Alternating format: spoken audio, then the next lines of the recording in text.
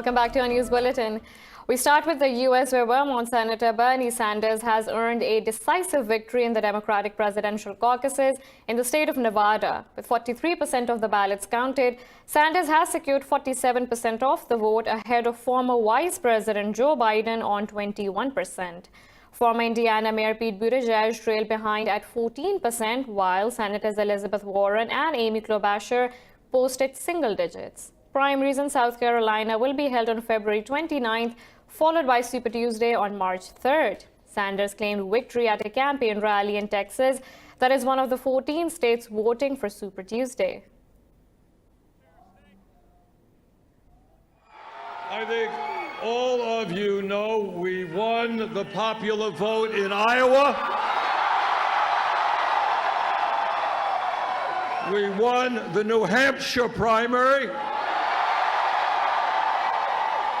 And according to 3 networks in the AP, we have now won the Nevada caucus. The EU says Israel's plan to build residential units in East Jerusalem is illegal under international regulations. In a statement, EU Foreign Policy Chief Josep Borrell called on Israel to reconsider its plan, saying it threatens the viability of a two-state solution. Borrell said such steps would cut the geographic contiguity between Jerusalem and Bethlehem and isolate Palestinian communities living in the area. He said the bloc will not recognize any unilateral changes to the pre-1967 borders. Borrell also criticized Washington's Middle East peace plan, saying it runs contrary to international law and UN Security Council resolutions. On Friday, the EU Foreign Policy Chief met Palestine's Foreign Minister Riyad Malki in Brussels. Borrell reaffirmed the bloc's continued commitment to a negotiated two-state solution. UN Chief Antonio Guterres has urged the Security Council to authorize a new passage point for humanitarian aid to reach northeast Syria. In a report, Guterres said the transit point should be made on the Turkish border to supply medical aid to Idlib. Guterres said from a security and logistical perspective, the Tal Abyad border crossing will be the most feasible option. The Secretary General said 2 other passage points on the Iraqi border were studied but lacked logistical capacity. Earlier in January, Western members of the UNSC called on Guterres to provide new options. This came after the Council, under pressure from Russia, reduced the number of authorized border crossings. In Yemen, the Saudi-led coalition says its naval forces have foiled an imminent terrorist attack by the Houthis in the southern Red Sea. In a statement, coalition spokesperson Colonel Turki al-Malki said they destroyed an unmanned boat loaded with explosives, which was launched from the Hodeidah province. Malki says the planned attack posed a threat to regional and international security, as well as maritime trade. He said the use of Hodeidah for operations was a glaring violation of UN-led peace deal in the disputed port city. Yemen lies along the Bab el-Mandeb Strait in the Red Sea, which is one of the most important trade routes from the Middle East to Europe. Saudi Arabia paused oil shipments through Bab el-Mandeb for more than a week in 2018 after the Houthis attacked 2 ships. President Hassan Rouhani says Iran has never closed the door of dialogue with the EU over the 2015 nuclear deal. Meeting Dutch Foreign Minister Stef Blok in Tehran, Rouhani said the deal has major regional and global significance. The president said U.S. withdrawal from the deal was detrimental to its own people, region, and the whole world. Rouhani said Iran is interested in warming and maintaining cordial relations with the European Union. Earlier, Blok met Iranian Foreign Minister Mohammad Javad Zarif and discussed bilateral, regional, and international issues. Tehran's relations with the EU have been tense since U.S. withdrawal from the JCPOA in May 2018. More from Iran. The conservative allies of Supreme Leader Ayatollah Khamenei have made early gains as counting underway for parliamentary elections. Over 7,000 candidates are contesting 290 seats across 31 provinces. In a report, state TV said 42 seats of the parliament have been won outright by candidates. The report also announced the names of leading candidates in Tehran's 30 parliamentary seats, which all are conservatives. Earlier, the Interior Ministry said the final result of small constituencies and voter turnout will be announced by evening.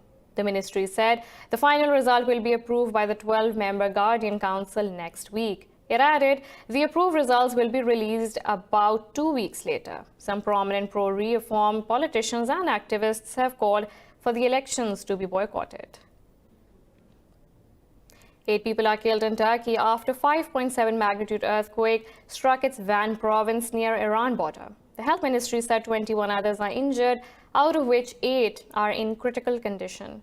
The officials said over 1,000 buildings collapsed after the quake. The European Mediterranean Seismological Center said the earthquake had a depth of 5 kilometers. The U.S. Geological Survey said epicenter of the quake was near Iranian village of Habashil Olya, less than 10 kilometers from the Turkish border. Iranian officials said jolts were felt in the country, but there were no immediate reports of deaths. 96 people have died in the last 24 hours from the new coronavirus in China, increasing the death toll to 2,441. The National Health Commission says over 640 have been confirmed as infected, bringing the total number to over 77,000. This report has details. Although there has been a decline in coronavirus cases in China, the number of infections in other countries has been rising. Iran has closed schools, universities, and cultural centers in more than a dozen affected provinces to contain the outbreak. Italy has imposed strict lockdown in outbreak hotspots as the number of confirmed infections rose to 79. In zones considered hotspots, neither entry nor exit will be authorized without special permission. As fear mounts over the spread of COVID-19 virus, China urges international efforts against the outbreak. Head of Chinese mission to UN in Geneva, Chen Shu, said the coronavirus is a grave test for all countries. This is a grave test, not only for China, but for everyone in the world, for every country, for the whole international community. I should say we will stand the test, and we are confident because of the strong leadership, because the capability of China to mobilize, as you see, the whole nation to work together to fight against the spread of the virus. China's economy has also slowed down as the new epidemic closed many businesses, factories, tourist sites, and travel routes in the country.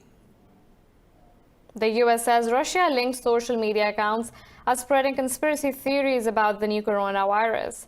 U.S. Assistant Secretary of State for Europe and Eurasia, Philip Rieker, said the disinformation campaign is disrupting global efforts to fight the epidemic. Rieker said thousands of false personas are being used on social media to promote theories that the U.S. is behind the outbreak. He said Russia's intent is to sow discord and undermine U.S. institutions and alliances from within.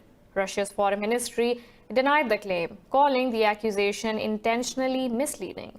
The claims circulating online include allegations that the coronavirus is a U.S. effort to wage economic war on China. They also include reports that COVID-19 is a biological weapon manufactured by the CIA.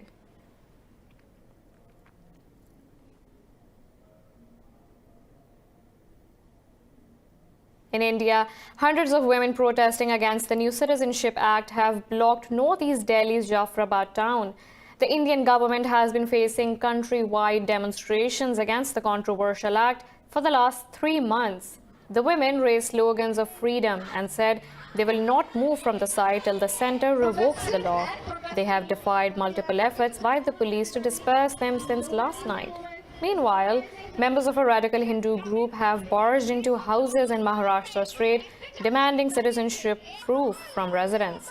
The extremists claim they have captured 3 illegal immigrants from Pune city and handed them over to the police.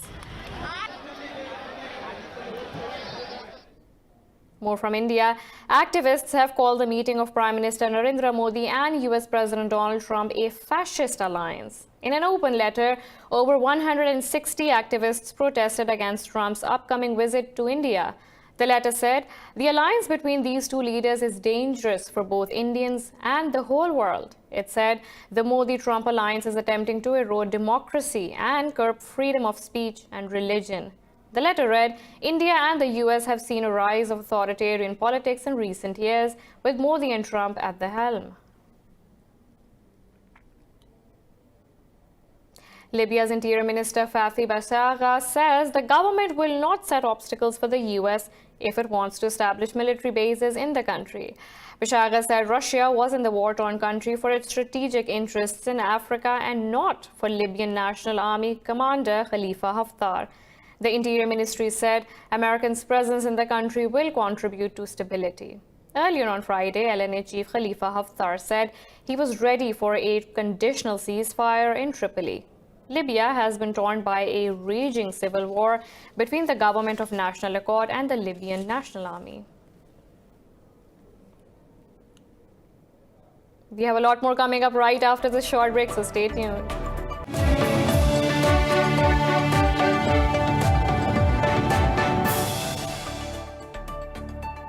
Welcome back to our news bulletin.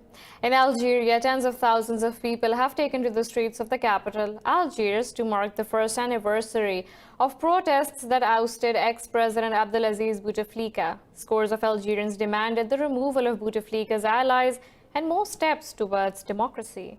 They chanted slogans against President Abdelmadjid Tebboune. Police fired water cannon to disperse the demonstrators. The government has cancelled all trains to the capital to keep the number of demonstrators down. The protesters want transparent elections and a president who represents people. Nearly 2,500 protesters have been arrested over the past year, and hundreds are still in custody, waiting for trial. 9 people, including 3 children, have died after a vehicle fell into a deep gorge in Indian-occupied Kashmir. Police said 5 others were injured in the accident in Kathua district. Officials said the driver lost control of the vehicle, which rolled down into 300 feet deep ravine. They said villagers started rescue efforts before police arrived.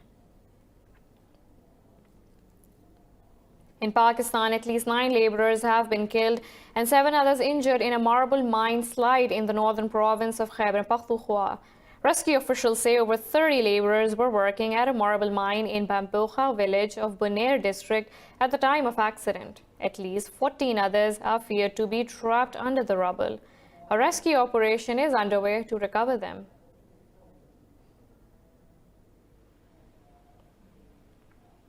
Climate change is taking its toll on different parts of the world, and the countries are finding ways to reduce carbon imprints. Now, Norway has come up with a new solution to tackle the menace of plastic with recycling. Details in this report. Every minute, 15 tons of plastic is being dumped in the world's oceans, and the situation is growing from bad to worse. Though Norwegian recycling industry is cognizant of the threats, they think the problem lies not in plastic itself, but in its usage. I think the big discussion is, we have a problem with plastic. Is the problem the plastic itself, or is it the way that we as a consumer behave ourselves? With a 90% recycling rate, the plastic deposit system is viewed as a key move to the country's success. Customers pay extra cents for plastic bottles and get refund after returning the empty ones. The EU member countries have been given a target to recycle 90% of plastic bottles up to 2029, but Norway is 10 years ahead of the deadline. EU countries has to return 77% of all the bottles in 2025 and 90% in 2029. And we believe that the only way to achieve that is through deposit systems. More than 1 billion plastic bottles and aluminum cans were returned in the country in 2018. Everything which can be returned, I return. I collect everything and I take it to the deposit machine when my bag is full. Norwegians think people need to work out to keep plastic out of nature. In Mexico, climate change and water scarcity are forcing farmers to abandon traditional staples like corn in favor of more viable options. Others are giving up farming altogether, selling their fields and leaving their ancestral homelands. More in this report.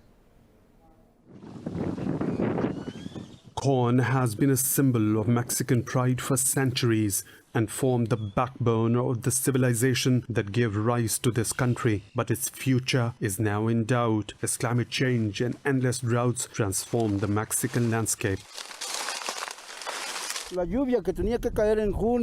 didn't get the rain that was supposed to fall in June, July, August or September, and that's what we see now. The maize didn't grow because there was no water. Mexico is one of the countries most vulnerable to climate change in the Americas. In Puebla State, which is known as the Mexican cradle of corn, cultivation has plummeted by 18%. We have seen the flora and fauna has changed, and there are longer periods of drought and higher temperatures. During winter, the drops in temperature are harsher, and all that has consequences on the agricultural sector in the region. Farmers are now turning to less water-intensive crops like pistachio or cactus. Others are selling their fields to real estate developers and looking for other ways to make a living. This phenomenon threatens the country's food supply and is likely to drive up prices of basic essentials. Dancers in elaborate costumes took to the streets of Bolivia's western Oruro town. They performed traditional songs and dances in an annual UNESCO-recognized carnival. This report has details.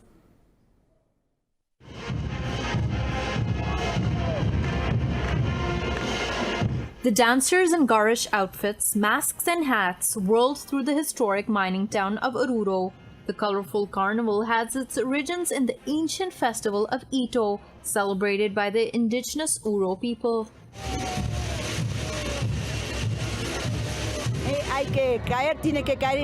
I love the Tinku because it is warlike. I think you have to be a little like a warrior in life in order to keep moving forward, and this is a beautiful dance. I've danced in the Tengue Stolka for many years and I love it. Y es una danza hermosísima. After the Spanish prohibited indigenous rituals in the 17th century, the event merged with Christianity in a celebration that remains distinctly alien to this day. The faithful believe that the Virgin of Sucavan has protected the city since it was founded by the Spanish in 1606.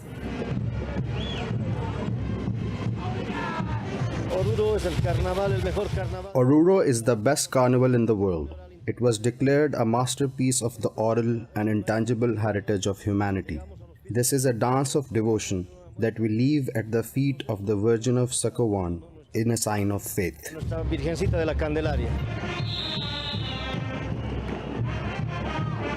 Dancers pay tribute to the town's diversity of communities, fusing indigenous, Spanish, and African traditions.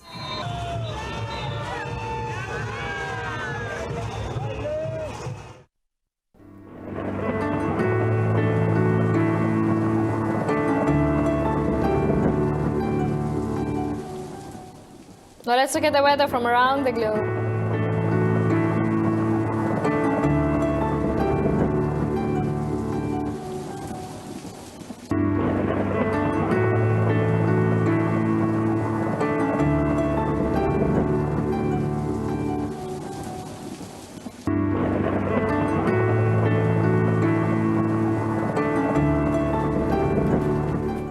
This is all for now. For the latest updates, you can follow us on social media at indus.news.